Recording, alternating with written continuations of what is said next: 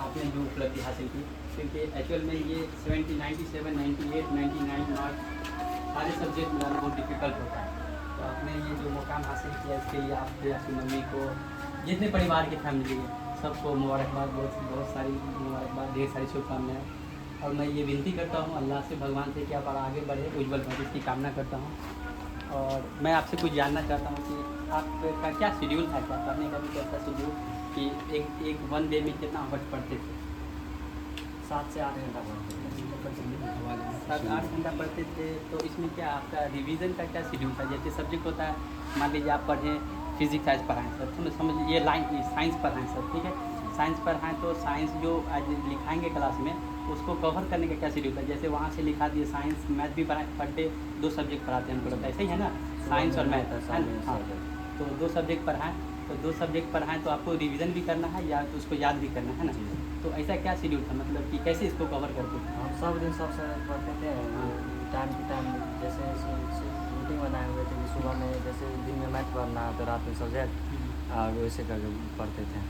ये क्या बोलते हैं, जैसे मान लीजिए कि जैसे आप मान लीजिए वहाँ आज साइंस पढ़ाया गया, ठीक है, तो साइंस को याद करने का क्या ट्रेजेडी था आपका, कि जैसे आज साइंस पढ़ के आए तो नाइट में उसको कवर कर लेते, याद करना भी पड़ता था ना? हाँ, तो सुबह में याद करते थे। तो अगर मान लीजिए 10 क्वेश्चन आपको दिया गया आज, ठीक है, तो वो 10 क्वेश्चन एक ही दिन में कवर कर लेते थे? हाँ, सुना देते है ना? जी। ठीक है। दूसरा था ये कि आप जो है ना पढ़ाई किए तो बैकअप जो होता है, जैसे मान लीजिए आप पढ़ाई किए उसका रिवीजन भी तो जरूरी है ना? एक दो क्वेश्चन तो नहीं है, बहुत सारा क्वेश्चन है, तो उसको रिवीजन करने का क्या शेड्यूल था? मतलब जैसे मॉर्निंग में रिवीजन का अलग टाइम बनाए हुए थे, या फिर वीक में रिवीजन का टाइम था, या फिर कभी छुट्टी? पहले रात में पढ़ लेते थे, हाँ। उसके बाद रात के बाद सुबह में उसको एक बार रिवीजन कर लेते थे, याद हो जाता था, फिर उसके अगला दिन भी सब सब्जेक्ट को पढ़ते थे, सब सब्जेक्ट को पढ़ते थे ना? जैसे मान लीजिए ना, जैसे आप कल टेस्ट हुआ, ठीक है ना, जैसे आपको तो इन्फॉर्मेशन मिल जाता होगा कि आपका ये मतलब मंडे ट्यूसडे जिस भी दिन हो टेस्ट है, ठीक है, तो टेस्ट में पहले आप 2 दिन पहले आपको इन्फॉर्मेशन मिल जाता होगा, 2 दिन 3 दिन, ठीक है, तो उसको क्या उसका प्रिपरेशन कैसा होता था? मतलब जैसे आप बता दिए या ऑलरेडी आपके मतलब याद ही रहता था आपके? बता देते थे, उसका तैयारी करते थे, जितना ऑब्जेक्टिव सब्जेक्ट जो चीज़ का लेते थे उसका और बेहतर तरीके से तैयारी करते थे। अच्छा, आप में ऐसा था कि खेलने का भी तो ह्यूमन बींग से इंसान है हम लोग, तो हम लोग को खेलने का भी मन करता, मोबाइल चलाने का भी मन करता है ना? तो ऐसा कुछ था आपके शेड्यूल में कि हाँ रूटीन में पढ़ने का जो स्टडी का जो ये चलाते थे, थोड़ा चलाते थे, और खेलने का जैसे रिफ्रेश मेंटल को स्टेबल बनाए रखने के लिए खेलना भी ज़रूरी है, तो ऐसा क्या था कि आपको खेलने का भी कुछ मन था कि खेलते थे जैसा? नहीं, खेलते नहीं। अच्छा, ठीक। मतलब स्टडी कितना करते, दिन में कितना दिन करते थे, कितना घंटा? दिन में ट्यूशन से आते थे 10-11 बजे, उसके बाद बैठ जाते थे 12 बजे के बाद, 12 बजे से 2:30 बजे तक उठते थे, उसके बाद 3-3:30 बजे ट्यूशन से जाते थे। ठीक है, बहुत अच्छी बात है। और ये एक और था कि जैसे मान लीजिए आप टेस्ट दिए ना, कभी कभी ऐसा होता है स्टूडेंट के साथ कि टेस्ट दिए, ठीक है, उसमें कभी कभी कम मार्क्स आ जाता है अकॉर्डिंग टू द पर्सन, जैसे आपके अनुसार वो नंबर नहीं मिल पाया, आपको अचीव नहीं कर पाए, तो आप कभी डिमोटिवेट हुए थे? और अगर आप डिमोटिवेट हुए तो क्या आप उसको रिकवर कैसे करते थे? नहीं, हमको जैसे कम नंबर आता था तो फिर अगला बार सोचते थे कि इससे ज़्यादा लाएंगे, और हमको प्राइज जितना आता था तो प्राइज खरीद। अच्छा, वेरी गुड, वो प्राइज जितना आता था। और ये एक और क्वेश्चन था ना कि आप एग्ज़ाम दिए होंगे, है ना, सब कुछ, कभी कभी ऐसा क्या होता है कि सारा क्वेश्चन रहने के बाद आने के बावजूद मुझे सारा क्वेश्चन याद है, ठीक है, सारा क्वेश्चन मुझे आता ही है, उसके बाद भी हम एग्ज़ाम हॉल में बैठते हैं तो मेरा पेन के साथ जैसे पेन पकड़ते हैं तो मेरा हाथ काँपने लगता है। ह्यूमन बींग्स है कि किसी के साथ ऐसा होता है कि हाथ काँपने लगता है, क्या ऐसा आपके साथ हुआ था? नहीं, ऐसा नहीं होता। वेरी गुड, अच्छा, फुल कॉन्फिडेंट था। हाँ, अच्छा है ना, बढ़िया, लिखने का तरीका अच्छा। और इसमें मम्मी पापा का क्या योगदान था? मम्मी पापा काम करने के लिए बोलते थे, जैसे आपका एग्ज़ाम आ गया तो नहीं, कोई डिस्टर्बेंस नहीं? तबियत खराब हो गई छले एग्जाम के टाइम। अभी आइए थोड़ा बैठिए ना। दरभंगा एग्जाम के टाइम में 3-4 दिन तबियत खराब छले, से नहीं कहियो, बहुत हालत खराब हो गई छले। तो मम्मी पापा का फुल ये सपोर्ट था आपके ना? और कभी ऐसा नहीं कि चाचा वगैरह कुछ काम के लिए बोल दिए? अच्छा, घर के कामों में कभी हाथ बटाते थे, जैसे पढ़ाई के समय या एग्जाम से 2 मंथ 3 मंथ बिफोर कभी कोई काम आ गया तो आप उसमें हाथ बटाते थे? जैसे हाफ एन आवर्स का काम हुआ तो उसको कर देते, है ना? उतना कर देते थे, क्योंकि 464 लाना भी बहुत बड़ी बात है। ऐसा नहीं है सारे स्टूडेंट नहीं ला पाते हैं, बहुत डिफिकल्ट के साथ आता है। मैंने भी एग्ज़ाम दिया, मैंने भी फेस किया, आपने बहुत सारी डिफ़िकल्टियाँ को फेस की होंगी। कभी कभी फाइनेंशियल प्रॉब्लम हुआ होगा, कभी कभी आपके पास फिजिकली मेंटली टॉर्चर भी होंगे। कभी कभी होता है क्या है कि जब मैथ का रिवीजन करने के लिए बैठेंगे तो पाइथागोरस का जब एक आता है थ्योरम को सॉल्व करने बैठिएगा तो उसमें बहुत बार बहुत अच्छा, सब लोग के नहीं कह सकते, कुछ ऐसे स्टूडेंट हैं जिनको रिवीजन करने के बाद भी वो क्वेश्चन नहीं आता है बार बार। पाइथागोरस आप पढ़े होंगे, सब लोग पढ़ा होगा। तो हाँ, तो पाइथागोरस क्या होता है, बहुत ज़्यादा लेंदी होता है। तो क्या हमको हाँ, नहीं होता था, हम याद ही कर लिए होते थे हाँ, इसलिए। ऐसे मैंने भी किया था।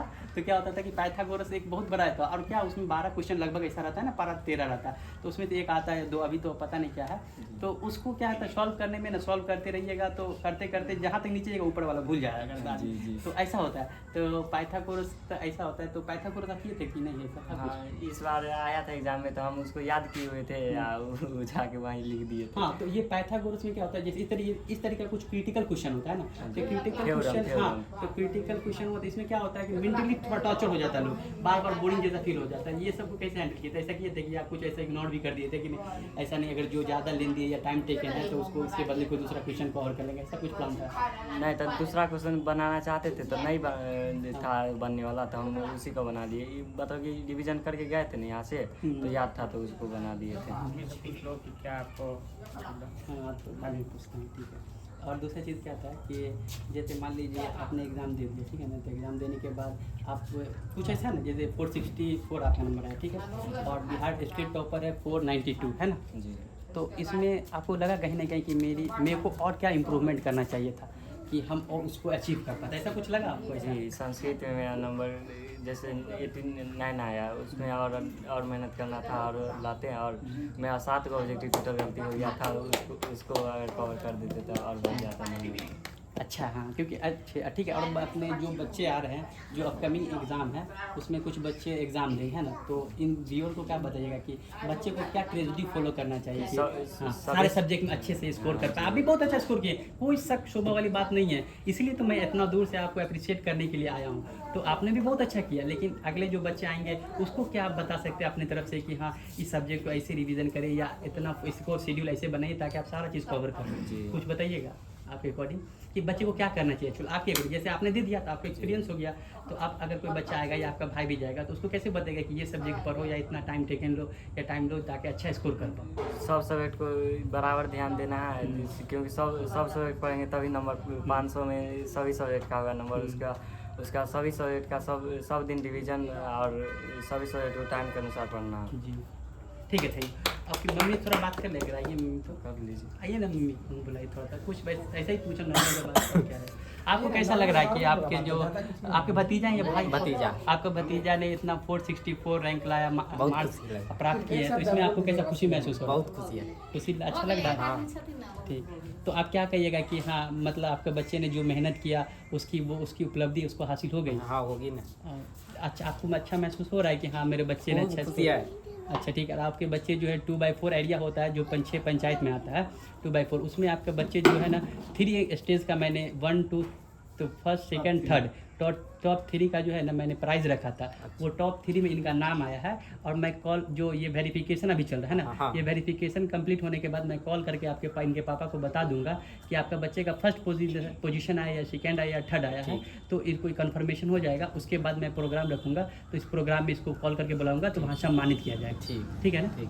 अच्छा सोनू बाबू, एक सवाल, आप अपनी सफलता के श्रेय किसको देना चाहते हैं? मम्मी पापा और गुरुजी सबको, हम अपने परिवार को। और आगे अपने लाइफ में क्या बनना चाहते हैं आप? आगे और ऐसी मेहनत करते रहेंगे। आपके कोचिंग का नाम क्या था जहाँ से आप? गोल्ड ट्यूटोरियल रसलपुर में। उनको क्या, उनका क्या कंट्रीब्यूशन था? उसका सही मार्गदर्शन था जो आपको हाँ जी। ये मुकाम? हाँ, उन्हीं से हम पढ़े हैं, उन्हीं से इतना नंबर हम ला पाए हैं। चलिए, ठीक है, थैंक यू। दादा से पूछ लेगा। आपको कैसा लगा आपका पोता जो है? आपको हमको कैसा ये लगा? तो बहुत खुशी के बात है जी, कि आपको हमारा अच्छा खानदान लगा? में हाँ। बहुत अच्छा लगा, कैसे नहीं अच्छा लगा। आपको खुशी महसूस हो रहा है? एकदम महसूस है। आपका बच्चा हो के जो प्राइज से सम्मानित किया जाएगा, वो प्राइज लेके आएगा, तो आपको कैसा महसूस होगा? खुशी के बाद और खुशी होगा। होगा ना। और आप क्या कर रहे हैं बच्चे को, अगर मान लीजिए कभी ऐसा हो कि अच्छे कॉलेज में एडमिशन लेने के लिए ज़मीन की बेचने की ज़रूरत पड़ जाए, हाँ, तो क्या तो बेच दीजिएगा? हाँ, बेच वेरी गुड।